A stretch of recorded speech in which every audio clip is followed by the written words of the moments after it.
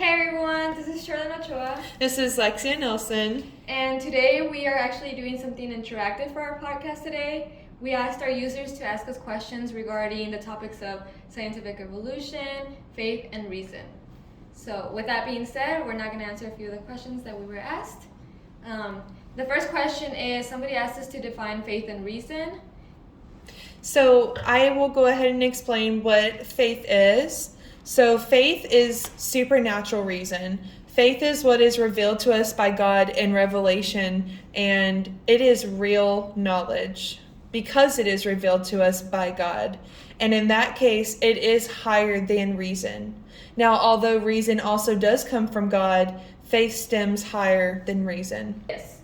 And now I'm going to be talking about reason. So, reason, unlike faith, is a natural knowledge.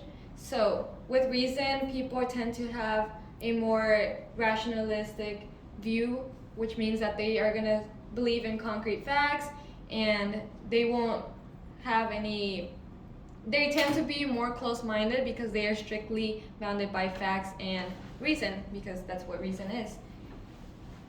So with faith is supernatural knowledge and reason is natural knowledge. So they are both realms of knowledge, but with faith and reason they are distinct domains, but they are autonomous knowledge realms. And both derive from God because God is truth. They actually asked us, is it possible to have one or the other, or does religion prevent from these two ever coexisting with one another? And I actually want to say that no, faith and reason aren't strictly divided. They actually work with one another. And the reason for this is because faith without reason tends to make people superstitious and makes people religiously fanatical, whereas reason without faith makes people rationalist and not superstitious. And what we mean by this is people that are rationalists or have reason without faith just again believe in concrete evidence. They don't have the open-mindedness to think about the unknown in a way. And just like that, people that are superstitious or have reason or have faith without reason, they are skeptical because they don't believe in facts, anything. They are usually fearful of the unknown because you don't have the reason or the facts to believe in something that is not known to you. And I like that point, Sherilyn. And in fact, we had talked about how faith is higher than reason, but reason does in fact support the knowledge that we have of divine things. And reason does not necessarily diminish faith. Rather, it's enlightened by the light of bright reason. And it actually cultivates the science of divine things. Yes. And again, this goes with what Lexia talked about earlier. The reason that they work so great together is because they are both given by God Himself, and in the end they have the same result, which is to reveal the truth, which is God. Alrighty, and somebody just asked us too, where did these two originate from? So where did faith and reason come from?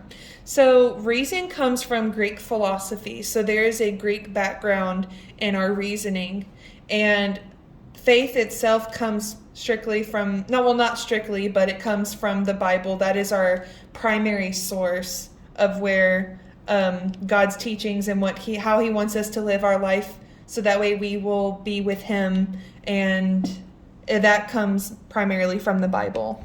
Somebody just asked us, user 123, he asked, is God rational or is He irrational since He has no boundaries? And I think this is a very great question. Did you want to answer, Lex, or did you want to answer?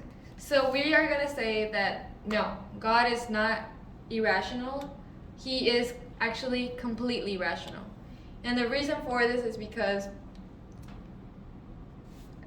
So it is seen that Christianity is built on a rational foundation.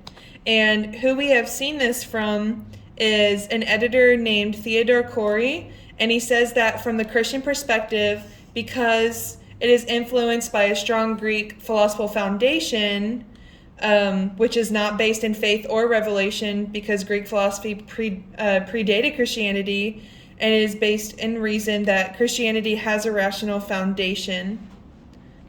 So what is shown is that Greek philosophy predated Christianity. So it is shown from evidence that because of this, Christianity does have a rational foundation. And to add to that,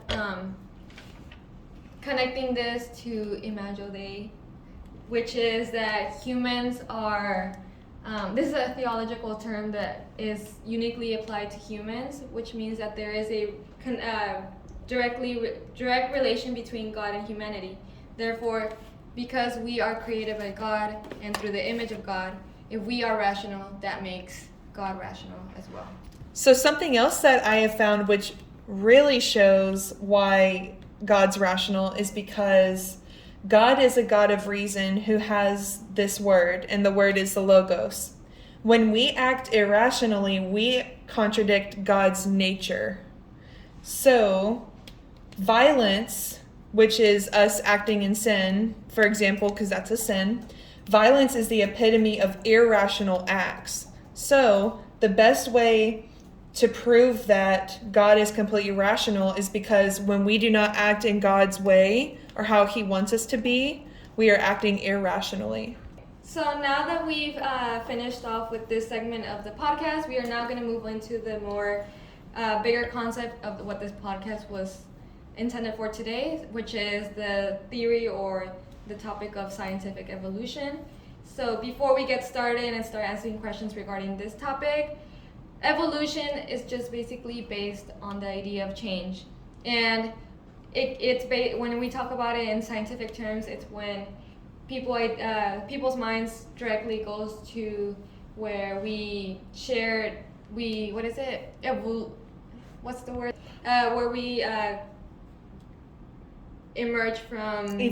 evolve from chimpanzees, and the whole idea that 98% of our DNA is shared with chimpanzees. And a lot of people, for this reason, tend to feel like evolution and religion can't coincide with one another, because they think that how is it that we evolved from chimpanzees, but then we have this idea that God created us as men and women.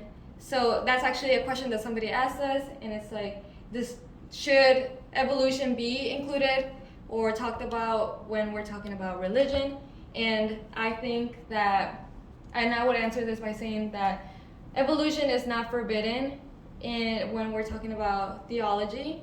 In fact, evolution, it's just important to keep in mind that evolution is only restricted to the human body. If you choose to hold to evolution, the church will not forbid it. However, it is very important that we only apply this to the human body because it is the material aspect of the man.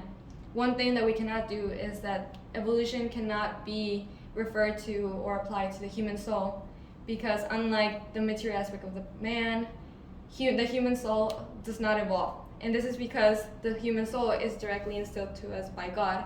And if we say that we can change our soul, that's basically saying that we are allowed to change the things that are given to us by God. And that's impossible.